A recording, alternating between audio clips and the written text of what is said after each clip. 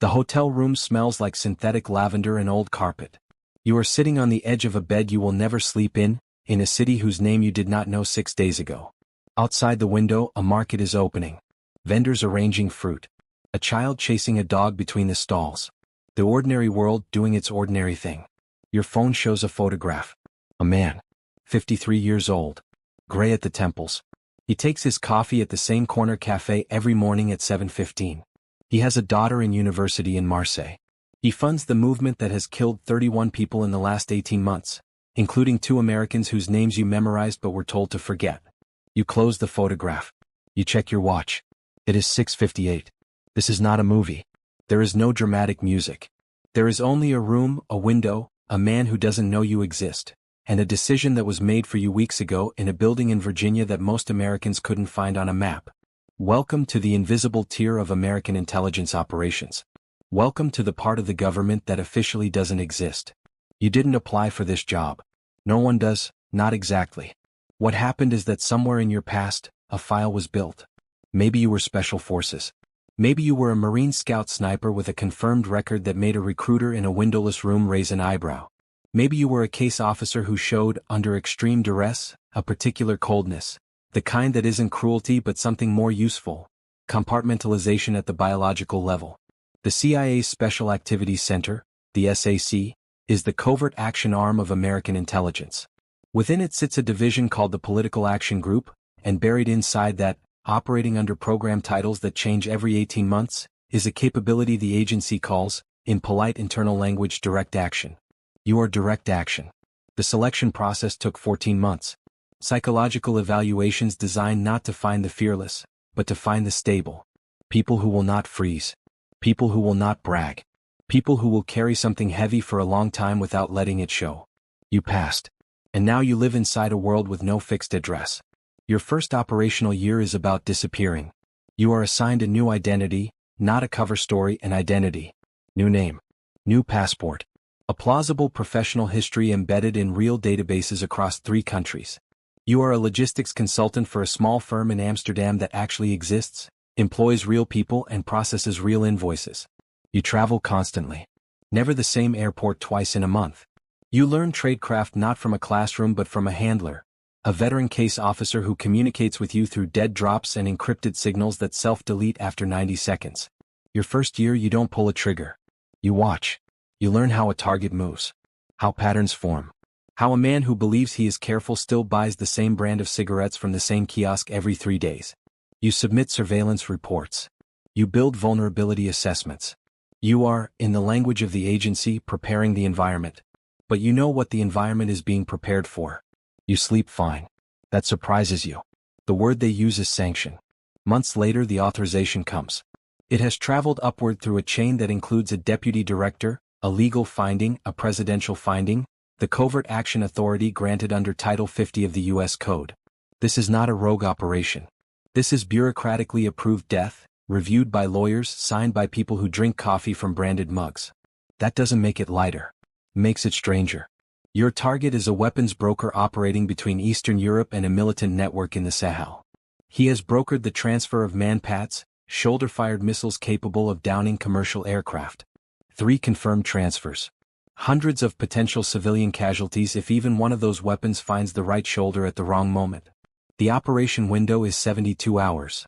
You execute it in 61. Looks like a car accident. A narrow road.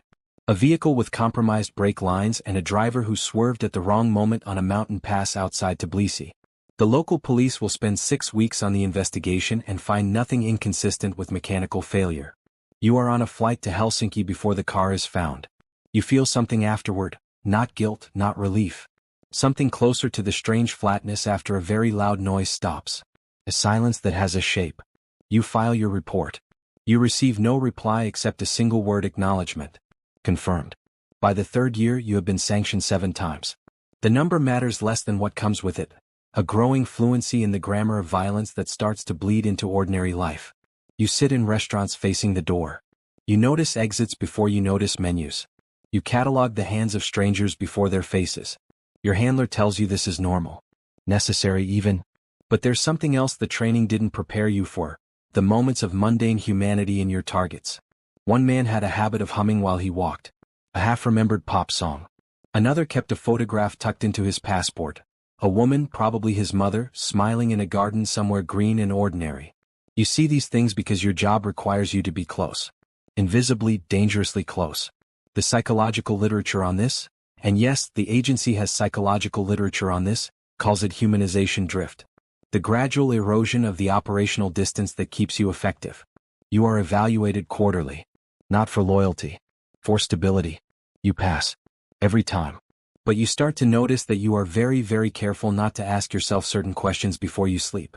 Year 5. The operation in Southeast Asia goes wrong. Not catastrophically, you survive, the mission completes, but wrong in the way that changes the shape of a person. A secondary target you had not been briefed on was present. Collateral intelligence suggests he was low-level. Logistical only. Possibly an unwilling participant in the network. You don't know for certain. You will never know for certain. That uncertainty is new. The previous jobs had clean intelligence packages. Airtight target profiles. This one had a gap, and in that gap lives a question you cannot file a report about, cannot escalate up the chain, cannot resolve through any bureaucratic mechanism. You request a debrief. They send you a therapist with a security clearance and a pleasantly neutral face. She asks how you're sleeping. You say fine. She makes a note. The agency, you come to understand, is a machine specifically engineered to distribute moral weight across so many hands that no single hand feels it fully. The analyst who builds the target package. The lawyer who reviews the finding. The supervisor who authorizes the operation. The logistics officer who arranges the tools.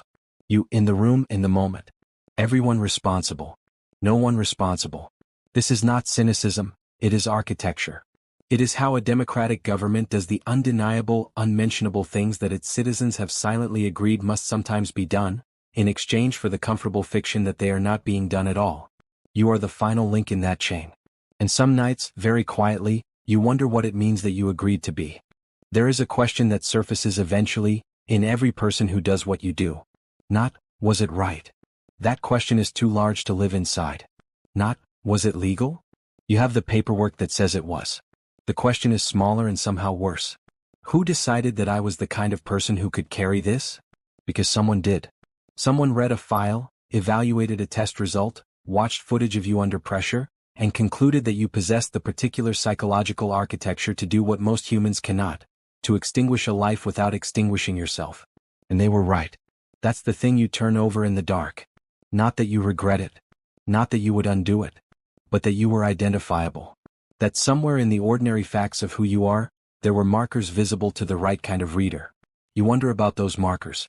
What they say about you. Whether they were always there or whether the world simply built them, slowly, long before anyone came looking. The market outside the window is fully alive now. The vendor with the fruit stand is laughing at something his neighbor said. The child with the dog has disappeared somewhere into the morning. The ordinary world, doing its ordinary thing, completely unaware of the room above it, the man inside it, the photograph that has already been closed and filed. You check your watch. 7:14.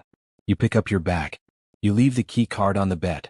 You walk out through the lobby with the unhurried stride of a logistics consultant with a 9 a.m. meeting, and you step into the bright, indifferent noise of a city that will never know your name. The man at the café is sitting down. He is ordering his coffee. He has no idea that the most consequential morning of his life has already been decided, in a building in Virginia, by people drinking coffee from branded mugs. You do not look at him. You turn left. You disappear.